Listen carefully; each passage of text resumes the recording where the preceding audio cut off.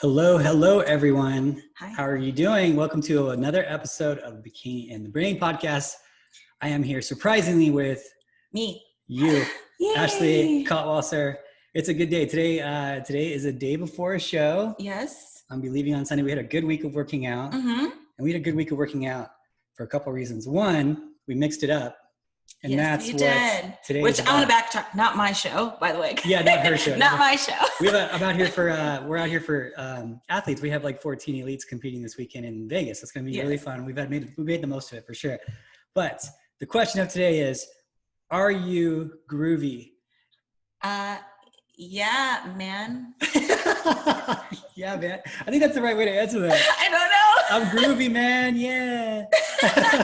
Yes. So it's about getting in the groove and staying in the groove and mixing it up. And finding your groove. And finding the groove. You got to find the groove first before you get groovy with it, you know? There's a movie that's like that. Movie? Gets her groove back. Something gets her groove back.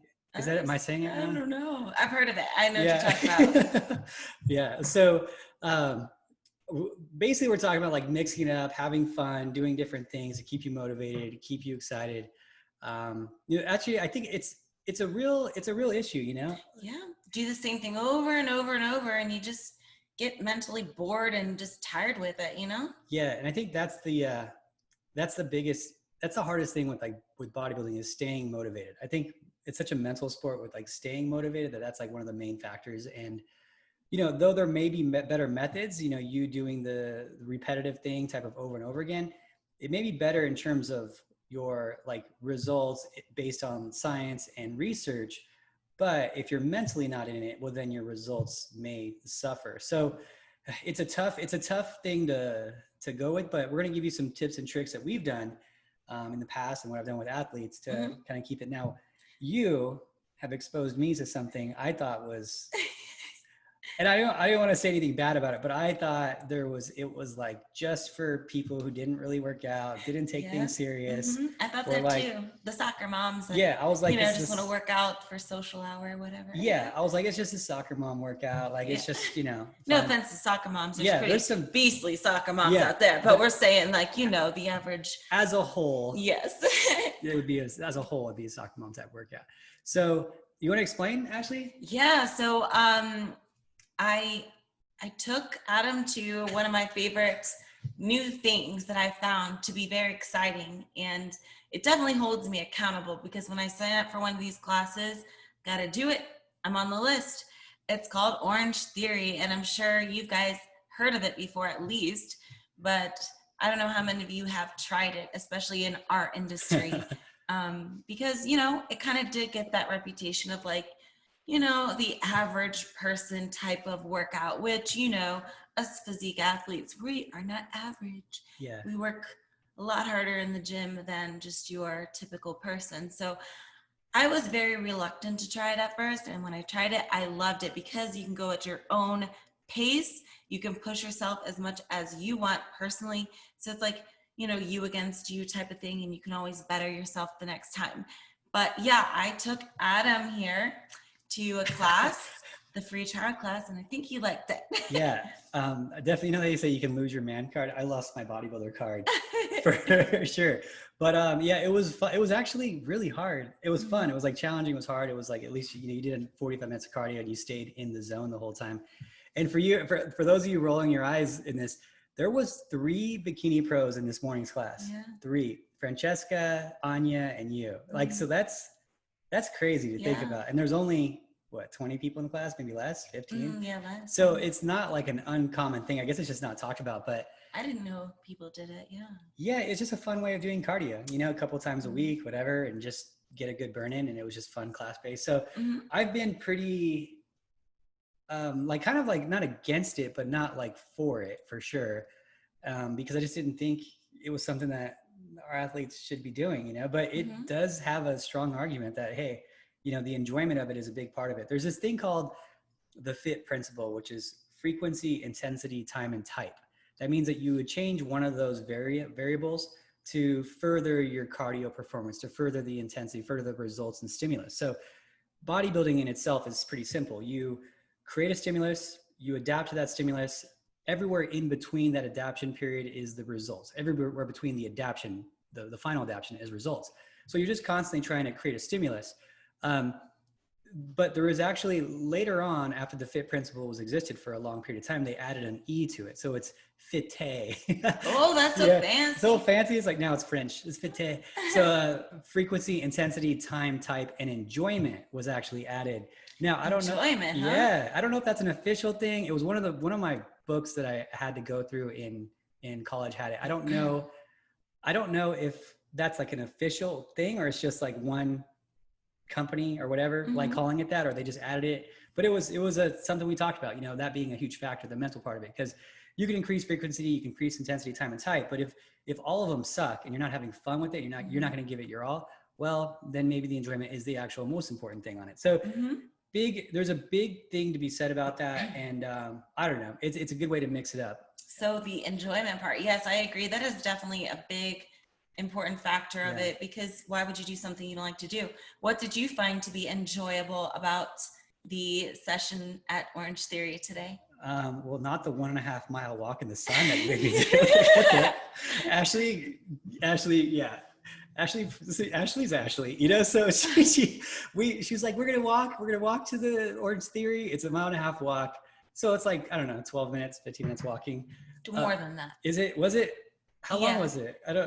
Like 25 minutes. Gosh, and where she's like, oh, we'll go like at 6:30 in the morning, and there's not even, it's because it gets really hot in the middle of the day, so we got to go early in the morning. It's like, okay, that justifies the reason for waking up at 6:30, and then we go, and I'm thinking, oh, she's saying that because the sun won't come up till like 10, 9, 8, whatever. You're not up that early.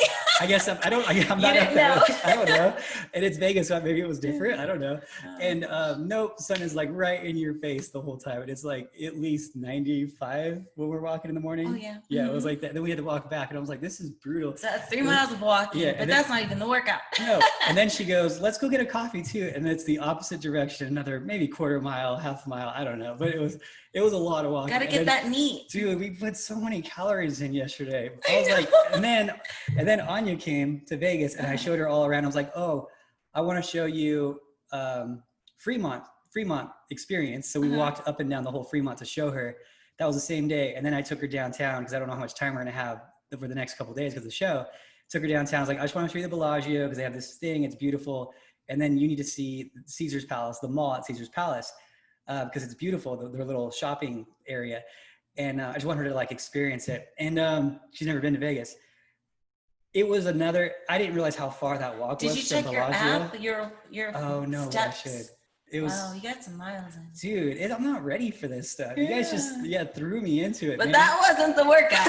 So anyway, the workout. I forgot about that. I'm just dwelling on the cardio I did yesterday. I better be ripped by like Monday. So one ab at a time. One ab at a time. If at least I don't have one more ab by Monday, I'm gonna be very upset. So it was cool. So I'm not a cardio guy. I've been like bodybuilding like pretty much my whole life. From like 14 till now, I've done either like bodybuilding style or men's physique style. And, I got pretty big at one point. I was like 220 at my biggest. I was pretty big. I didn't really like how I felt at that weight. It was just a lot of eating, had a lot of, for me, it wasn't like great to be, the bigger I got, the harder it was on my body. I had a lot of acid reflux. I was eating all the time, like literally force feeding to get that big. And so as of the last like few months, I've decided I want to have more of an athletic frame, more functional fitness. Yeah, because I used to be real functionally fit because I played hockey at a high level. And so I was like, okay, we should probably do these classes and be more functional fit. So I'm still really stiff and rigid from not doing this type of stuff. So I will say that there's like some pain involved because I'm not prepared for it. I'm really stiff in these movement patterns. So yeah, we were doing a lot of plyos yesterday. So if you guys didn't know, they usually do a mix of 3 different things. They do treadmill, they'll have you do sprints on an incline or walking or running, and they'll have you do the row machine, which I'm not a fan of the row machine. Yeah. And then they'll have you do like weights, resistance bands, or plyos. And yesterday was plyo day. Yeah. So that was a very agile day for you. It was a little tough on my knee because I'm just not prepared for like stabilizing in a jumping pattern, So, but today I was better prepared for it. I actually felt a lot better today. We did less plyos too. So, but yesterday was rough on like the movements. So, but other than that, it was really, really fun. That was a part I just had to be kind of cautious on because I'm not very stable, you know, and I'm very stiff. But yeah, it was a fun way to mix it up. And then this goes back to another option. I want to throw this out to people because in bikini, you like try to build muscle. And a lot of the bikini girls trying to climb that high level become, you know, like obsessed with the gym. And they feel like when they leave the gym, if they don't work out, they're going to lose all their muscle and that type of thing. It's a very common thing. It's like, and to be good, you do have to be obsessed. It's just kind of the only way to be that high level in this, because it's everything. It's the only sport where it matters so much outside of the gym or outside of practice as it does inside of practice. It's a really crazy sport, to be honest. Right. Like wrestlers, you wrestle and then you got to make weight. So then you make your weight. And then after that you eat. It doesn't matter. You know, every other sport, baseball, hockey, basketball, all these guys, they eat like whatever they want for the most part. They keep it pretty clean, but they can have whatever they want. It doesn't matter if they gain 2 pounds, you know, if they gain 10, it's a big deal, but 2, 3, they're like, whatever. I'm going to eat pizza. I'm going to have drinks, whatever. Bodybuilding 24/7, you know, it does matter, you know? So it's really hard on that side of it. But for the people who are really obsessed with it and like think you're going to lose muscle, you will reach a point in bikini, at least most of you will, where you're so muscular, you have to stop training so often or stop training at such high frequency in the gym. This is a good option if you just still challenge yourself. I had a girl that comes to mind named Lauren Atkins, and she won a Miss Colorado title. I want to say in like 2014 and maybe even 13, a while back. And she was so muscular, and I was just like, and actually she comes to mind because this happened. She was so muscular. And I was like, you know what, during your off season, why don't you just like do like kickboxing or something fun like that? She's like, hey, I found this cardio circuit class that I do. It's like they do boxing, they do this, they do that, they do plyos one day. I'm like, yeah, just do it. You know, you won't build any muscle really in that, but you'll stay lean, you have fun. And then when it comes to like prep time, when we're like 8 weeks out, we'll start lifting light again type of thing. And it worked really well for her, and she kept moving on. She ended up getting like top 10 at nationals, and then she just stopped competing. I think she got married and has a kid now. So, yeah, so that was is a good example. That worked really well for her, and she had a lot of fun with it. It always was exciting. So yeah. Yeah. I think everyone has that little cardio that, you know, they might say they hate cardio, but if you find an activity you really like, really enjoy, you know, it can be a lot of fun, and you can start to look forward to working out and doing cardio again. You know, for me, like this Orange Theory is a new thing for me. I've been going like 6 days a week. But in the past, I've done other things as well, such as the Santa Monica stairs, but I no longer live in California, so that's not gonna happen again. But also 10K races were very helpful for me. And I think half of this is because it's fun, because I like to run in a group, and I guess I can, you know, be a little competitive in that space rather than just running on a treadmill, looking at the wall. It's a lot more fun to get out, for me anyway, and do outdoor stuff. So that was always super helpful for me. And not only that, but going back to the accountability thing, you know, I signed up for a race, I will run, you know what I mean? So kind of, you know, forces you, but in a good way, to get your cardio in and to challenge yourself. So, you know, there's many different ways you can do cardio depending on your physique goals. You just got to be, you know, smart about things. But, you know, in the off season too, or if you just want to, you know, get a nice little workout that's not really too intense, you know, always look at different options if you're getting super bored. Yeah. I know you've done kickboxing before. Yeah. What other like forms of cardio have you dabbled in? Yeah. Honestly, kickboxing was probably like my favorite thing to do. I really liked it. But the problem I had as I'm older now, I haven't been kickboxing for like 8 years. But when I was younger, I did it a lot. Like I kickboxed all the time. So I still can hit pretty hard because I've been trained since I was like, I did Taekwondo and all that when I was like 12 and martial arts my whole life. So now it's funny, like now that I haven't hit in so long, I still hit really hard, like decently hard for me. And, but then my wrists and joints really hurt. They weren't prepared for it. And no matter what, I'd go there, maybe 2 classes in, my wrist would hurt. And then most of my job is typing and on the computer, and I just can't risk that. So this was a fun option for me. I really liked kickboxing. I did jujitsu for a while. That's a good, rolling around. It's a good like functional movement too when you're rolling, but it's not as many calories as something like this, but it's really fun and you're learning. That was a good one. I played hockey. Hockey was fun. Chris, who's competing this weekend, he plays basketball a lot for his cardio. He actually did barely any cardio this prep. Like almost almost no added cardio, but he did he did basketball, you know, it was cool. And then basketball courts at the gym too. So that was convenient. So there's options, you know, there's definitely options. It just comes down to, you know, now I will say, in order to do that, we did a lot of cardio for one show, our first show. And then like a decent amount, I wouldn't say a lot, but a decent amount, like I think probably like 35 minutes or something like that. And then what happened was after that show, he stayed lean. So now he's earned the ability to just play basketball for the most part, to get ready for a show. You know, that's, again, it goes back to our last episode. That's the staying lean and you earn easier preps, you know, type of thing. So is there any forms of cardio or workouts that you would tell people to avoid? I have one that comes to mind that isn't very helpful for our sport, would be CrossFit. If you can see how the CrossFit ladies are built, it's not very much in line with how we do things. Now, that's not saying like you can't try it or maybe even once in a while do it, but if you're, you know, doing it like 6 times a week, maybe that's not the best option for cardio, although it is a great workout. It just gets you really blocky in all the wrong places for a physique athlete. Yeah, unfortunately, that's just the case for that. You know, I think, honestly, I think CrossFit workouts are probably the most fun type of workouts. They're really fun. And I would never talk smack on a CrossFitter. Oh yeah, they're insane. Those guys are more fit than bodybuilders. And I don't care what bodybuilders say. I'm a bodybuilder hardcore, right? At my heart since I was a kid. But like, you have to be out of your mind if you think that you're more fit than like our Mr. Olympia is more fit than like their fittest guy on earth type of thing. Those guys are just functional machines, you know? But the reality is they're not training for, you know, shoulder width and perfect symmetry and balance. When you see their athletes, you'll see women that are very quad heavy because their exercises they do aren't isolating the hamstring so well. When you're doing the squat, you're not working that much hamstring. There's a lot of squats, there's a lot of deadlifts. So all these compound movements, overhead shoulder presses, you're building out the trunk, you're getting a wider oblique line. So you always see— and traps, they have big traps. You always see big traps, big front delts, but not big lateral delts, or medial delts, sorry. Big trunks, big quads.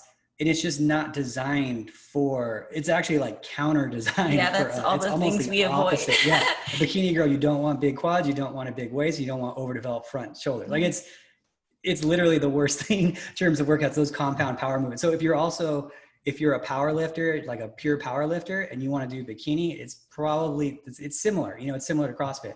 So you want to avoid those types of exercises. That's going to blow your waist out, get your obliques really thick.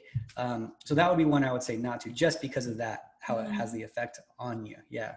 So, and even along those lines, diet too is like, it's very, I wouldn't say fun to mix it up, because dieting is never fun, but you know, especially for those of you guys that aren't really seasoned at the dieting thing, you know, sometimes you got to try a few different diets to see which one works right for you.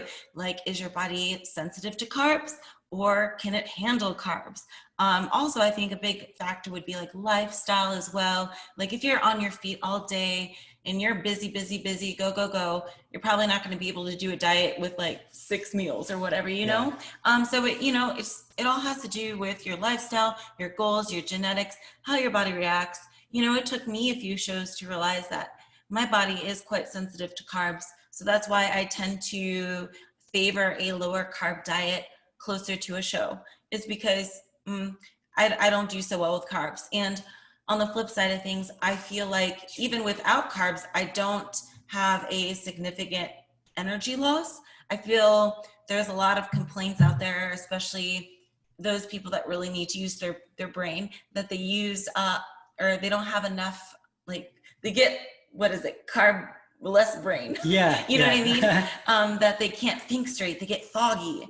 Yeah. And I don't experience that, so thank goodness, but some people do, you know? Yeah, and that's a thing too. So here's the thing with like, it's a weird thing when you look at research like these days, because there's a lot of researchers out there, and a lot of the researchers will say, like, as of more research comes out, so like 4 years ago, I was really into keto. You had some really cool stuff coming out with Dr. Jacob Wilson, Ben Pakulski was behind it, doing a lot of cool stuff with like keto and researching and whatnot. And then more research came out, and you saw that it kind of debunked like keto having this huge advantage, what we used to call like a metabolic advantage, or Dr. Jacob Wilson would call it that. And so we were like, I was really into it. I was a big fan of it for a while. I was doing a lot of keto diets. And then more research came out and it kind of said, hey, there's actually not that much benefit to keto versus a regular style diet versus even a high carb, low protein diet. They're actually very similar. And in one study, they actually showed that the high carb, low protein diet actually got a little bit better results, right? But the problem is that who were these people on? You know, were they bodybuilders and working out in the way that we were, or were they just regular people dieting in a way and not even really lifting the way? So there's all these variables that we don't take into account with these studies. And then there's been some new like resurgence of the keto benefit too. And one of them was actually, like, if you have time to watch a video, there's one with Dr. Ben Bikman, he just did with Ben Pakulski, talking about the keto diet and insulin sensitivity and actually having a slight advantage with it. So, you know, I think it's still always going to be an argument. I think it's going to go back and forth, and one diet's going to find an argument for another, and one diet's going to find an argument for another. One research is going to find an argument for another. So me personally, I've always done well when I went, like, and I don't even know specific keto, but I go pretty close to the specific keto. Like, specific keto is really high in fat, very, you know, low in protein. It's high fat, like moderate to low protein to like no carb is basically what it is. So I go pretty close to that, but I do keep my protein a little higher, but not like super high. So, the reason I like keto is because when I come visit you, or when I go travel wherever I got to travel to do a show or whatever, it's super easy to stay in keto. Yeah. I don't have to find this perfectly balanced meal. I don't have to find like 50 grams of rice with a chicken breast with this. It's just, I don't have time for a meal right now. Let me go grab some cheese. You know, I don't have time. Like the cheese It's cubes. just so easy. It's just so easy to be cheesy, bro. It's easy to be cheesy. I like it's easy to be cheesy. Yeah. So like, just for me, it's easy to just do that. Or if I'm driving by, like, desperation, of course, but if I'm driving by and I'm in, for example, I was in the UK and I was at a hotel. I didn't have a car. I didn't know where anything was. And there was a McDonald's like 3 blocks away. And so I just got a few hamburgers all the time, and I just ate the meat, you know? So it was like, that's so easy. It's cost effective. I can do it anywhere. So for me, that makes a lot of sense, because not necessarily about it being like such a big advantage, but for me being able to adhere to it perfectly. Because in that scenario, when, you know, actually was really weird when I was in the UK, my timing was off. I was sleeping at weird times. I was waking up at weird times because of time difference. So when I was awake and wide awake and I was hungry, there was nothing but McDonald's open actually that I could walk to. And so that made a lot of sense for me. I didn't have a refrigerator in my room that day. So like, those are the things that make it great for me. It's easy, you know? So, I don't know. For me personally, I still feel like I get better results with it, but at the same time, I'm adhering way better. So it's like, you don't have the right lifestyle data mixed with how your body reacts, because your lifestyle prefers keto. Yeah. But you said also, you were speaking to me the other day and you said, well, you know, one of the great advantages of keto is, regardless of what you think the fat losses and stuff, you will get a little drop in water because carbohydrate, hydro, so the hydrogen, that's water, right? Yeah. So the carbohydrate is hydrated. So for every 1 gram of glucose, which turns into glycogen as it's stored in the muscle, stores approximately I've heard 3.2, I've heard 3.7 grams of water. So if you're taking, you know, you're storing, you know, I don't know how many thousands of grams you have stored of glycogen in your system. You're going to have 3.7 grams per each one. So let's call it, you know, 2,000. You're talking, you know, what is that? 3,700 times 2 is 7,400 or something like that. So 7,400 grams of water, that's a lot, you know? So as that adds up, you know, you will have less water storage. Now, there is an argument that when you're in keto for a long enough period of time, your body will naturally produce enough carbs to restore it as glycogen. But I think it's less, because I've always had an instant water weight loss when I went to keto. So for example, I went to keto again 3 weeks ago. At this point, I think it's 3 weeks ago. The first week I was from 197 to 190, 91. But there was, you know, and I looked tighter. I looked smaller though. I will say I looked smaller, but I looked tighter right away, and it was just water retention from the carbs. Yeah, which is like, you know, maybe a good thing if somebody's like preparing for like a photo shoot, or they just want to look extra good for like something, an event, whatever, pool party, I don't know. Yeah, but it's something to do, you know, for a week, like, you know, drop the carbs. I mean, I'm not doing keto right now, but I do notice like when I get rid of more carbs, I'll start to, you know, hold a less water, which is a good advantage, because it's like, it's encouraging, right? Yeah. You know, you want to see results when you diet, and although it isn't fat, it is, you know, that stubborn little water weight that you can get rid of. I know that I've tried keto before, the real one, you know, that was difficult to get into at first. But that was after like my 1 year break, but like that was a little difficult to get to at first. I did feel a little drained, but not so much anymore. But I don't do keto right now, because you do the true keto. You do like the more fats and protein thing. I don't do like a whole lot of fats. I just, honestly, I just keep my carbs low, I guess is the best way to describe it. High protein, low carb. I have, though, in the past done carb cycling, and I don't think it works quite as well as this. You just had big weight fluctuations with that. Yeah. And that's and that kind of messes with your head. And that's the other thing too, we got to take into account when this is a good topic for it here, is that you staying motivated, because you're even saying it right now, you're more motivated when you have results. Yeah. And if you're seeing it visually, like that water weight, even though it's just water weight, when you're going keto, you see results right away. So it's a motivating factor, you know. Ashley carb cycling with these huge weight fluctuations. And when we say huge for Ashley, it's like 2 to 3 pounds. But when you're talking about precision at her level, which is, it is 2 pounds on stage, could be winning and placing 10th, you know, those 2 pounds make a difference, especially mentally. You think you're behind, you're not catching up to schedule. So so that's another factor too. Yeah. I mean, towards the show, I'll go pretty low with the carbs the closer I get. And, you know, it definitely helps push out that last bit of water, and really helps me. What kind of diets have you tried in the past besides the keto? What else have you done? I've literally tried every single diet that I've ever come across. Oh, this is good. We're going to ask you questions. So which ones? You've done keto. I was vegan for a month. Vegan? I tried that. That was vegan for a month, and I tested my blood with that. And we have like inconclusive results just to see like how much of a benefit it was to be keto. Weird thing about keto, and I don't even understand, or not keto, vegan. I don't even understand how this happened. My doctor doesn't understand how this happened. We tested day 1, and then we tested day 30, our results of like cholesterol, all that stuff. And my cholesterol was actually elevated for a month, and then no one knew why. There was I took everything the same supplements, same everything. And I was like all the meals were vegan, but I will say I was like a crappy vegan in the way where I was purely plant-based, but I was doing a lot of like foods that were vegan. I guess we'd call like put together foods, like Morningstar vegan hamburger, or you know, like that. So it was vegan processed. There you go. And like a true vegan was like, oh, you didn't do it right. You know, I ate this stuff called seitan. I don't know if I'm saying it right. It was like gluten-based. So I don't know. But all the foods technically were cholesterol free, but I did have elevated cholesterol. Interesting. Yeah. So the doctor thinks my body just freaked out and produce, you know, you mostly produce cholesterol, you know, for the most part, versus consuming. It doesn't have as big of it doesn't have a big of an impact as people think, like consumption of cholesterol versus like genetics and how you produce it. So, but he's like, body just freaked out. I think if you did another month, it would be significantly lower, but I was like, I'm not doing this another month. Yeah. The thing about being a vegan, and I don't think people think about this, because vegan is a hot topic. So we probably even should dive into it a little bit. Yeah, diving in. So, okay. So vegan, I went from high protein bodybuilder diet to vegan diet. And overnight, just one day, I was like, I'm gonna do this for 30 days. That way I can experience it. And that way I can prep people for vegan diets, because it's hot and I need to learn it and experience it myself so I can go through it and not be hypocritical and be like, oh, you need to do this. You know, I need to go through it and say, I did it too. So that's why I've gone through every diet, because I want to be able to help people with it and like have the experience of how much it sucks or how much it's great. Vegan diet was the hardest diet I did. Really? Not even close. There was no diet even close to as hard as vegan diet.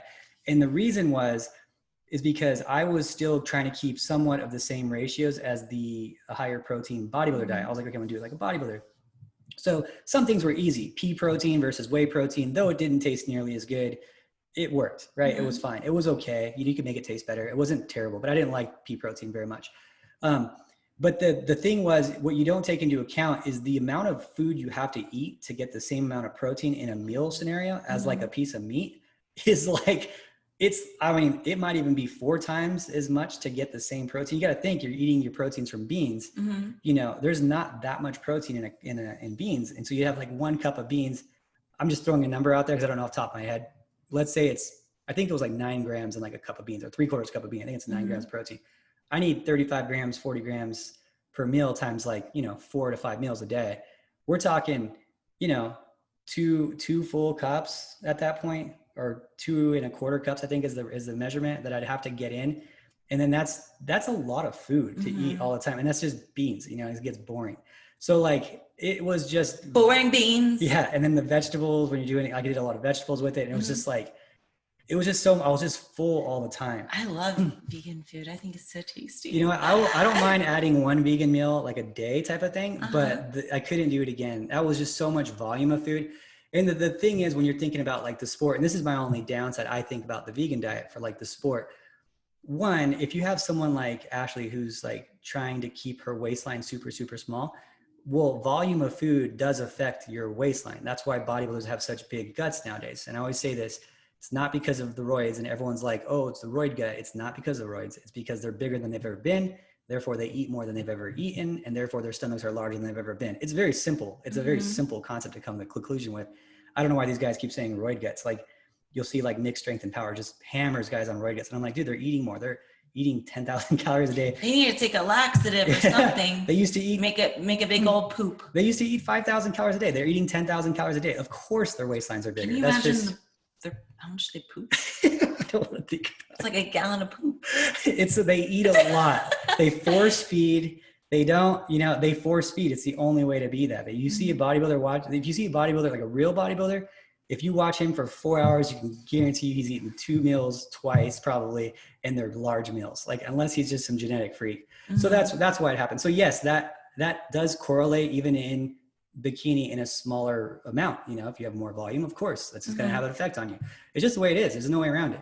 So the other problem I had with it was really hard to give someone a clean diet that also had minimal artificial sweeteners and things like that with getting the ratios of someone who's doing something like you, who's doing very low carb, very high protein, right? Because almost every gram of protein was attached to a carb besides supplemental protein. So like, if you talk about pea protein, if I gave someone, yeah, you can technically do a pea protein diet and eat just pea protein, and then people are like, oh, then you can do seitan. Well, then if you're doing seitan, you're having a lot of gluten. It's gluten based. So like all the foods have something with it that I found. You know, you have like beef substitutes and stuff, and that has a lot of preservatives, a lot of different things in it, right? So it's like, it was just really difficult in terms of contest prep. Now I have prepped people for it, but I will say, and if it's just being, you know, honest, there is a slight disadvantage to it, I think, versus a regular bodybuilder diet. You know, it's just, there's just no way around it. Maybe somebody that can handle it does better with carbs, a higher amount of carbs anyway, you know? But yeah, it's hard. There's some people out there that, you know, just soak up those carbs like a sponge. Yeah. That's not me though. Yeah. Is now that we're on the topic of a vegan, do you want to disprove or prove the myth, or if it's not a myth, that soy protein significantly raises estrogen, which causes more fat? I've heard it both things. I heard it's like such a minuscule amount, and then on the other hand, I've also heard it's like avoided at all costs. I think it's like that. You know what? I'm not super researched in that one because I don't do that many vegan diets, and that's the other thing too. Is you have a problem with like the research that's available isn't specific. Like so you have all these brackets of research, right? And there's a plethora of bodybuilding research, but it's all like very similar on the diets. Because when you start getting into a niche versus a niche and a niche, so you're talking, okay, bodybuilding niche, right? So we do bodybuilding niche first. Then we do vegan niche that is a bodybuilder, right? Oh yeah. And then we do research based on the bodybuilder, the estrogen effects, and the estrogen effects of them doing soy on top of that. So you're talking like a quadruple bucket of funnel, right? Yeah. It's just, there's not a lot of guys that are going to spend a lot of time there because it doesn't affect a lot of people, right? So I'm sure there is some research out there that's showing, I mean, if it's out there, I imagine that there is some effect on it. I think it's like the isoflavones of the soy that are causing it. But now obviously elevated soy will make it very hard for you, elevated estrogen will make it very hard for you to lose body fat. That's just a fact. I've had that happen with my labs so many times on athletes where they're not leaning out that quickly. And that's why I have a doctor on staff. so they can test. And I've had one girl who was a pro 2 years ago who her estrogen was like so high. It was like, we were grinding every prep. She looked pretty good, but she didn't look like as good as she should have for how hard she was working. And she had like, it was 440 on her estrogen, which is like super high. And so once we got that under control, she started leaning out. So to answer your question without the knowledge to pull up right away, if it does raise your estrogen even a little bit, it will make it a little bit harder. Yeah, of course. And if it's, and if it doesn't have any effect, then it wouldn't. Okay. I don't know the actual effects. And I don't know the consumption you need to. Like if I would think it would be a lot to make a difference, but that's just my, opinion. It doesn't seem plausible. Like in the normal amounts, like if someone had tofu twice a day, like it doesn't seem plausible to elevate estrogen, at least even noticeably, you know? So, but I could be totally wrong on that. I don't know. Well, so we're kind of on the same subject, and I want to ask you because I get a lot of DMs and I'm not quite sure how to answer it. I'm sure you do too. Is like, girls that are taking birth control, and does that raise your estrogen, or is there a certain type that doesn't? And, now that we know that, high estrogen is making it very difficult for people to lose body fat. What is your take on that? Is there? That's a real thing. That's a real thing. Yeah. Now there are some that are better. This is the thing. So some women will take it and gain body fat. Like they elevated estrogen and they gain body fat because they elevated estrogen. They have water retention because of it. There are some that are not affected by it at all though. It's very hit and miss. It seems to be a very strange conundrum, right? Like why is it happening to some? Why is it not happening to others? Why are some doing better with some medications than doing it with others? Now, I will say I've researched this, and there's actually a good video on this that's on YouTube, and that Stephanie Buttermore did about the effects of birth control and weight loss. Is it true? Is it not true? She basically is saying the same things that I'm saying, but she's more specific in the types of birth controls that might be better or worse for someone in terms of like statistically, right? So she has a good base of knowledge on that. She researched this topic before doing the video, I imagine, and had a really strong video on it. So I would say if you're wondering about that, that's a good video to watch. She's got some decent videos out there on stuff. So she's a doctor something too, I forget what. But so that would be, I would go to that video if I really wanted to dive into it. So but yes, it is. So for some, yes, absolutely. To answer that question directly, I guess. But that's kind of, I guess that wouldn't be a final answer. So for some, yes. Yeah, it's possible, basically. Possible, definitely more plausible than like the soy, the isoflavones from raising your estrogen from a couple tofu meals. Man, I love me some edamames, Yeah, I love vegan food. Yeah, I mean, if you look at like, when I think of that question and then I think of soy, I instantly go to like countries where their people have a high amount of, edamame and soy and these types of things, right? And you think of like Asian countries that would have that type of commonality in their foods. Like in Japan, edamame is huge, right? Are the guys walking around with a bunch of gynecomastia, right? Which is like breast development of tissue? And the answer is no, right? And are there women really fat? And the answer is no. Is there a lot of, you have to think about like breast cancer, because if you had a lot of soy and estrogen, you'd have a higher risk of breast cancers. The answer is no, it's relative to ours. So you would think just intuitively based on like cultures and the side effects of things. The other thing that estrogen would do too would be it helps, it elevates blood pressure too. So if you have elevated estrogen, you have elevated blood pressure, commonly, not all the time, but in Japanese culture, they have a lower risk of heart disease. So I just don't see it being, when you throw all that, I'm just like doing it in my head out right now, but when you throw that into it, I just don't see that being the case. Well, good to know. Yeah. That's. Eat your edamames. There you go. Yeah. Don't tell me I can't have edamame. Yeah. So you've done a vegan, you've done keto. I've done. I'm sure you've done carb cycling. Have you done the carnivorous diet? I have. I've done paleo. I've done the carb. I've done the, what do they call it? The paleo is a caveman diet, whatever. I've done carb cycling. I've done carb backloading. I've done carb front loading. I've done intermittent fasting. Hated that just because I get so hungry. Yeah. There's some strong arguments that it works. I will say on intermittent fasting, I slept better, but I didn't see any significant result. I don't know. It was just, I don't feel good on that diet. Right. I don't feel good at all. I didn't mind fasting like after I woke up and having a 0 calorie drink. Like that was fine. Having a coffee only, or I don't know if that's true fasting. There's some calories in coffee, but I had like a Monster or something like that. Or I should say I had a Rain. Sorry, Rain.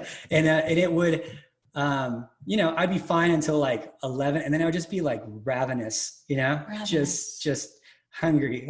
Am I using thick words today? Wow, I love it. Like I was just hungry, and I don't know. I didn't like it. There's guys who swear by it. Joe Rogan's doing it right now, and he loves it, and he's leaning out. But he also did the carnivore diet and leaned out quite a bit too. And he had he talked about it. So yeah, just goes to show you everyone reacts differently to different types of diets and lifestyle too. Some people don't even want to eat in the morning. Some people are in such a rush they don't even have time to eat in the morning. Right. Maybe intermittent fasting is best for them. So it's all dependent. I would say like the intermittent fasting, I've never really fully tried, but I have done fasted cardio before, which I know isn't the same, but I would wait till about noon to eat.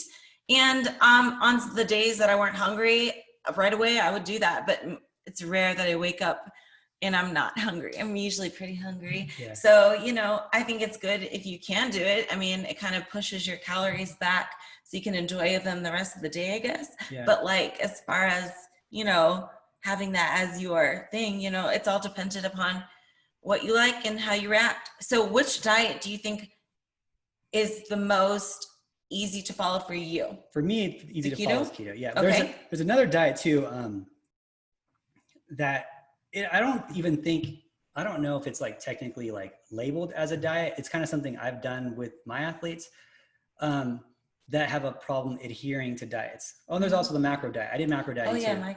I didn't like macro dieting personally because it was like constant homework. Like you're scanning and typing in your phone all the time. And I'm like, I just want to eat, bro. I don't want to scan. I don't want to look up. I don't want to type in. Just want to eat chicken breast, man. Yeah. Like it was just too much work. The problem with the macro diet, like an IIFYM diet, actually, we should probably go into that a little bit. So like the IIFYM diet, it didn't like, even the guys who started the macro diet, like the IIFYM diet, which is really kind of cool. If you look at like, I know that Alan Aragon did something on this at one point where he talked about it, and he's like one of the kings of starting like IIFYM diets. And gosh, I don't want to be misquoting, and sorry if I am, but I'm pretty sure he said this in an interview, that when it started, it wasn't like this. It wasn't like how it is. Oh, have pizza, have that. It was like bodybuilding was on. So here's how it started. But it was on bodybuilding.com, and there was no like Instagram and Facebook, and it was just bodybuilding.com. In the forums, people would just talk back and forth, and you'd have your main people. And he was one of them, who was like one of the guys that was always giving people tips, and they would ask questions, and he'd always be answering, and him and a group of guys, I forget the group of guys, but he was one of the main ones. And he would say, yeah. And the people would be like, can I eat a peach if I'm bodybuilding that? Can I eat a banana? And people would like lose their mind because they didn't know. They would be like, no, if it's not chicken breast, it's not rice, it's not asparagus, I can't eat it, right? And so he would be like, yeah, of course, if that fits in your macros, you can do it. And that's what he would say. He said, if that fits in your macros, yeah, go right ahead. That's not bad, But people weren't asking questions, can I eat pizza? Because intuitively, everyone knew, yeah, I'm on a bodybuilding diet, I'm not supposed to be eating pizza, duh. You know what I mean? Like, so they were saying, can I have raspberries? You know what I mean? Things like that. And he was like, yeah, it fits your macros. So one day the acronym came out. I think it was different. It was like, if it fits within your macros, and he just put it out like on a thing. And then it got switched to IIFYM, and then it became like more mainstream. And as soon as it became mainstream, people started hearing about it. They just started doing, I can eat a pizza. And then if I just ate 7 protein shakes and the pizza, that's a balanced diet. And it's like, no, it was never intended to be like that. It was never, even he'll say, that's not how we intend to eat like the best diet for a bodybuilder, Yeah. And so that's where the problem came in, because now, and you take it to the modern era, which is, you talk it about 10 years later, it might even be, guess that was in 1998.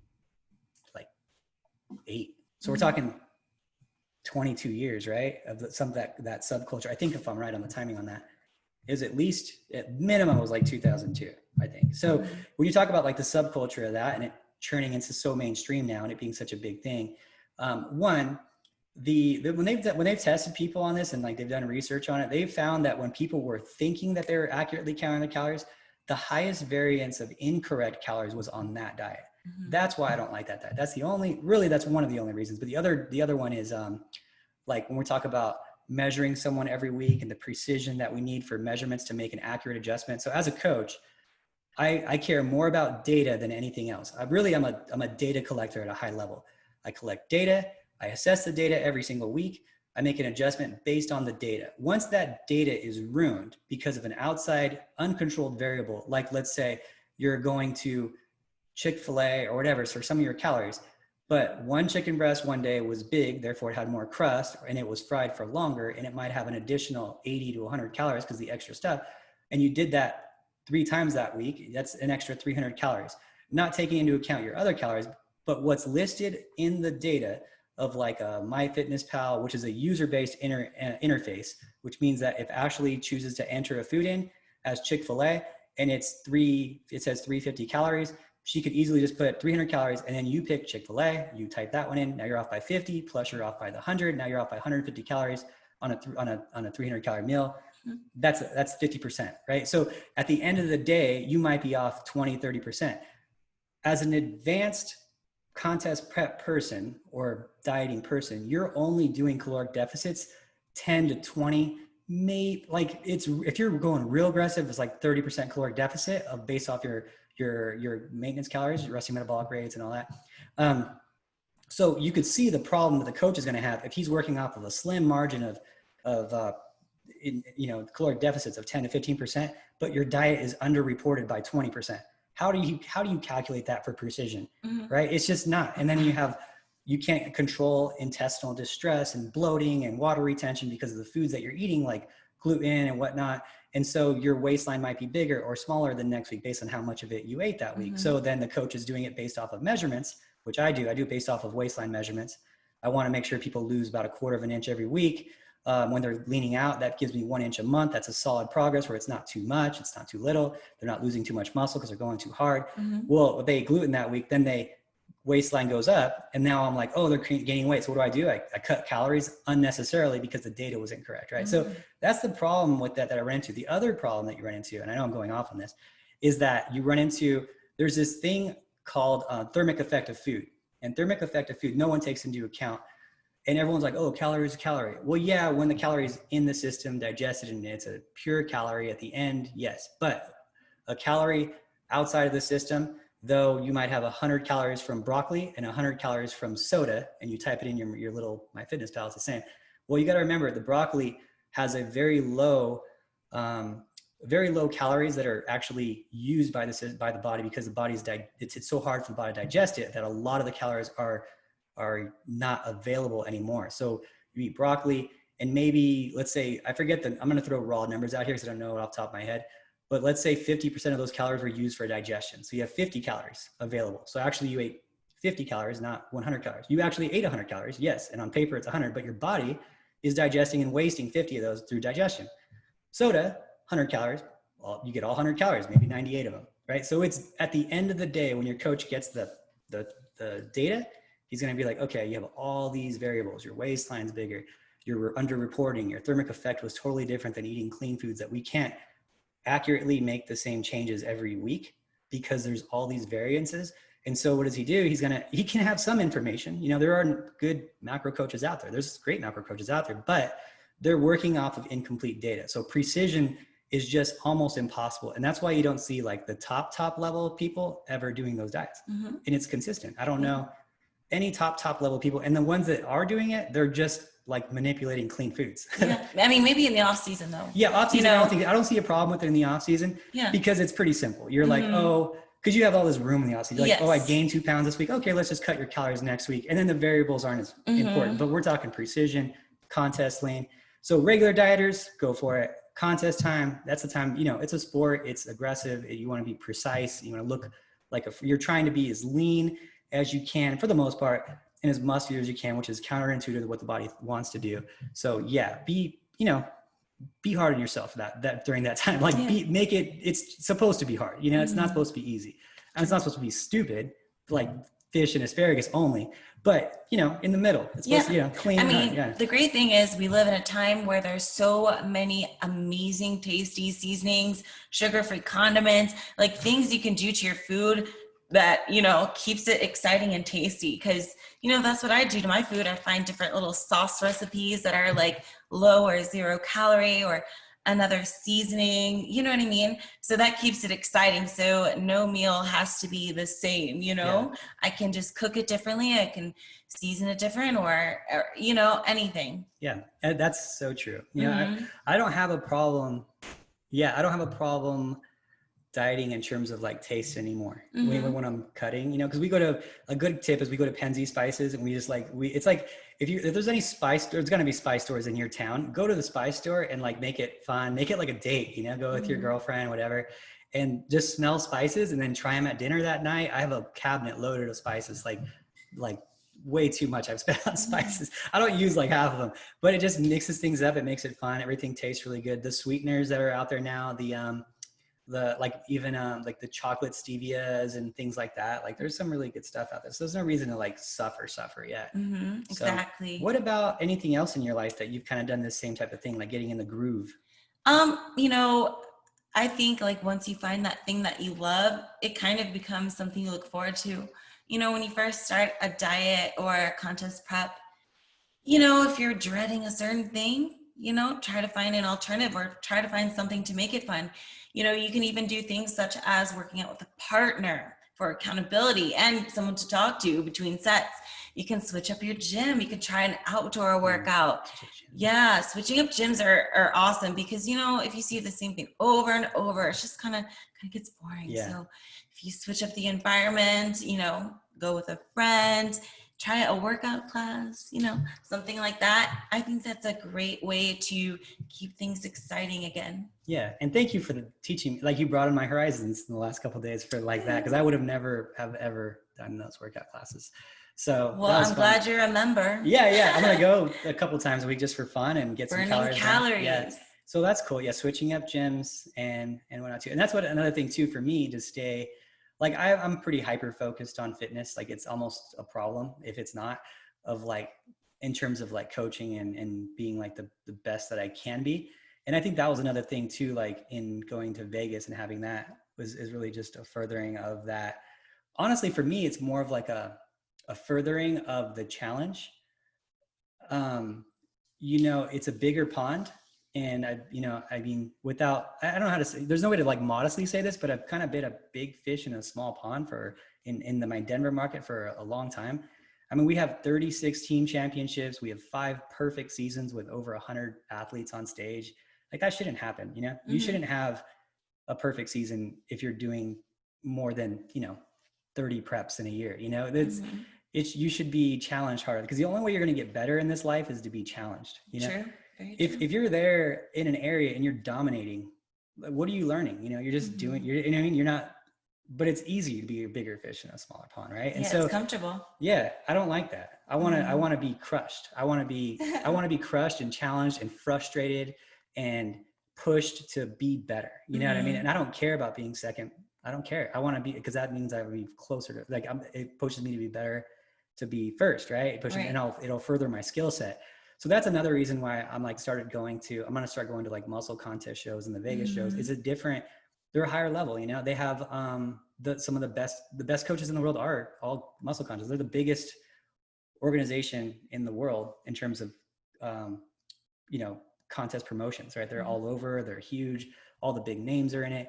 And so that was another thing I think for me too, to like, I'm really excited and like reinvigorated, right? I'm like, right, to like, for the challenge. Yeah. Because I've been in, I started in California, but it wasn't the same back then, because it was just like, you were so disconnected from whoever's out there, because you're a trainer in your gym and you had athletes, and maybe you had some athletes outside of the gym, but they're all local. They like would drive to you 20 minutes, 30 minutes. If you're like, oh, wow, he's driving 30 minutes to see you, like for a contest prep. Right now it's like, oh, I got to go to Japan, China, like all these people from around the world to like, so we're so bigger now. You see everyone, you see how good everyone is, but still muscle contests, like they're the biggest, they're the biggest show. So speaking of muscle contest, Adam. Yeah. I'm doing my first muscle contest Oh. show in a month. Hopefully, if things don't get canceled. But yeah, I'm really excited. Believe it or not, guys, I've never done a muscle contest show, which is really weird because I've competed a lot. The dates never lined up for me when they had them. So I don't know. I'm excited to dabble into this new pond. Yeah, that's going to be cool. Go swimming in the new pond. Yeah. Well, I think in pro bikini, it's consistent with all promotions, right? They're all, there's no, like back in the day, you might have got in like a sneaky, easy pro bikini show. Like, oh, there was only 8 girls there and none of them, it was like all their first pro debut. But now, and they're all American, right? Now there's no such thing as like an easy there is no easy show. Even now, even like during COVID, there's a show this weekend. So the first pro bikini show. There's 2. Is this weekend since the COVID thing happened. So one had 12. They've already gotten that bumped up. I don't know how many are truly in there, but then the other one had 19 already. And I was like, there's 20 girls. And they're all Americans. They're desperate to like compete. I feel them too. Yeah, they've been prepping since January. Like probably just waiting for that first one to not get canceled. It's crazy because I remember the show that Itala won. I think there was 51 girls in it. Oh my gosh. And it's like, man, how many girls are there going to be at these shows? And I'm like, oh, well, during COVID, it'll go back to how it used to be where there was like 12 girls in a show, like 10 girls in a show. Oh yeah. I thought it was going to come back with like a shy number. Yeah. Because, you know what I mean? But nope. They're come back strong. So that's the first one. So you know that people are waiting to see if that's going to actually I think most people are going to wait for that second show to be like, I don't want to prep until I see shows are happening. And then they see the show is actually happening. And they're like, okay, time to kick it into gear, you know? Yeah, and there'll be 30 at the following, probably within 4 weeks. Will be 30. Well, hopefully there's not like 75 girls at the show I'm doing, but if there is, you know, it's all about the experience, you know? They open up the borders. If they open up the borders, it's going to be the same thing right away. Yeah. But I'm excited too to go in this challenge and hopefully to be challenged a little bit more and a little bit like harder to further my skill set in Vegas. So I'm like excited because I know that the growth potential is still there. I'm not near my limit. And so, I'm excited. So that's another thing you could do too. And I think that I haven't been, now I'm always super motivated, I'm always hardworking, but I haven't been this like, it's almost like an apprehensive excitement of like, and fear of what's to come. It's a new challenge. At like a local level. Cause the local level, so the pro level, there's a lot of like crazy genetically gifted people. And that's a big factor in like the pro preps is that, you know, who you're working with, the genetics that person has, how they respond, you know, that's how dieted they are down. So there's like, it's a very advanced and it becomes very, very precise within like your eye, you know? But at the local level, everyone's working with like similar types, not so genetically gifted, some genetically gifted, some transformation, some regular, some, you know, advanced, like that type of thing. And so as a whole, like what you put out is going to be very different. Mm-hmm. So I'm curious if I'm going to get like I'm a little afraid of getting my ass kicked. I don't think I will, but I don't think that it'll be as like dominating as it is in Colorado, you know, where that honestly becomes a little boring, where you're like, come on guys, like step it up. But I don't see that happening out here. I don't see it because the guys are good. You know, the coaches are good. True. So like, I'm excited. I'm excited that you're excited and I'm excited to I'm like get into this new scene. I'm like here. Chills, like talking about it. I got chills right now. Oh my gosh. And like chills, like I'm sweaty. Yeah. Like right now, just talking about it, I'm like getting this sweat and excitement. And like, I just want to really kick ass. Like, honestly, like I want to like come in and like, I can't even explain it to you. Like, I can't explain it to you without cussing. Like, I just want to just make such a point, you know, but I just don't think it's possible out here. I don't think it is. The guys are good. The girls are awesome. Like, just the Vegas locals are all in shape. Everyone is in shape out here. It's a whole other ballgame out here, like at the local level. So I'm really going to see what's going to happen. So stay tuned on that one. I'll be posting probably on YouTube or something. But yeah. Yep. So that takes place tomorrow. So the day that this gets posted is there's a little bit of a time lag. Yeah. But tomorrow is the day. We have Team Elite Physique. How many competitors? 14 competitors at the Patriots show this weekend in Las Vegas. Yeah, and what sucks is it would have been 14 plus Ashley. Yeah, I wanted to compete at the show as a bikini pro, but they actually took it off they took Bikini Pro off the list. Yeah. So because of the COVID thing, I think. But yeah, I mean, that's okay. I'm going to wait, and I'll do the show here in 1 month. Should be like 1 month and 1 day from today, which whenever we post this, it'll be 3 weeks and some days. Yeah. But yeah, I'm really excited. It's in San Diego. So we'll see. Hopefully it goes through. Yeah. So with that, we will tell you to challenge yourself, make it fun, try new things that are going to better your skill set. Have fun with it. It's not too miserable. And I will say that I've learned more lessons failing than I have winning. Mm-hmm. Absolutely. And so I think that that's something to be said about that. You know, I've failed a lot in life to get to be somewhat successful. So anyway, I'll leave you guys with that. I hope you're feeling good and a little bit more motivated than when you started this podcast. And we wish you a great week. Thank you so much for tuning in. Please rate us 5 stars because we are thirsty for them stars. Yes, That's our new thing. We're thirsty for stars. It's all hot out here. I'm dehydrated for stars. So we'll talk to you guys later. Thanks so much for listening.